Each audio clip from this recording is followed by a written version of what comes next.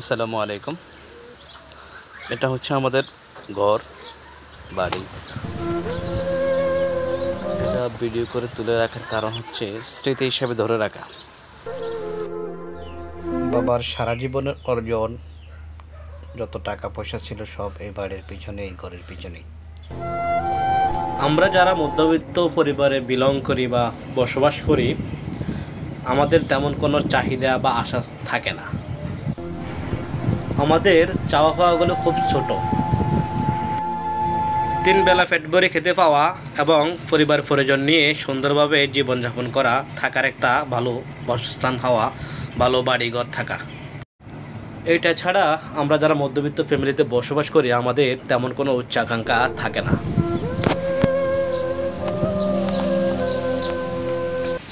ভাগ্যের কি নির্মম পরিহাস, আমাদের শেষ সম্বল, শেষ স্মৃতিটুকু নদীগর্ভে বিলীন হয়ে যাচ্ছে। আমাদের এই বাড়ি, এই ঘর সম্ভবত 2 থেকে 3 মাসের মধ্যে হয়তোবা আমরা কি বলবো, এই বাড়িঘর নদী গর্ভে চলে যাবে। আমাদের কিছুর করার নাই, কিছুই করার থাকবেও না। কারণ আল্লাহ যেখানে চাইতেছে না, সেখানে আমাদের বান্দার কোনো উপায় নেই। নিশ্চয় আল্লাহ উত্তম পরিকল্পনাকারী।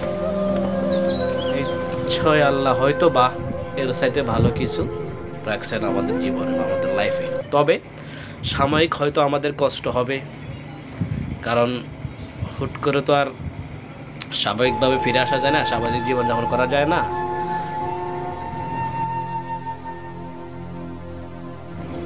কারণ বাবার জমাকৃত যত টাকা পয়সা বা সম্পদাদি ছিল, সব কিছু এই বাড়ি এবং ঘরের পিছনেই শেষ। তো আমরা তো পড়াশোনা করতে করতেই আমাদের লাইফ প্রায় অর্ধেক শেষ। তো চাকরি বাকরি করবো কবে আবার এই বাড়িঘর করবো, তা অনেক দেরি। তবে আল্লাহ যদি চাই, রিজিকের মালিক রাজ্জাক, আল্লাহ ভালোভাবে কোনো না কোনোভাবে কিছু না কিছু মিলিয়ে দেবেন ইনশাল্লাহ। আল্লাহ হয়তো আমাদের রিজিকের ব্যবস্থা করবেন, হয়তো বা এর সাইডে ভালো কোনো অপরচুনিটি আল্লাহ আমাদেরকে করে দিবেন। তবে ভিডিওটা করে রাখা হচ্ছে গিয়ে স্মৃতি হিসাবে ধরে রাখা। জানি না দেখি না ও বাড়িঘর তৈরি করা, যে প্লেসে বাড়িটা ছিল আমাদের,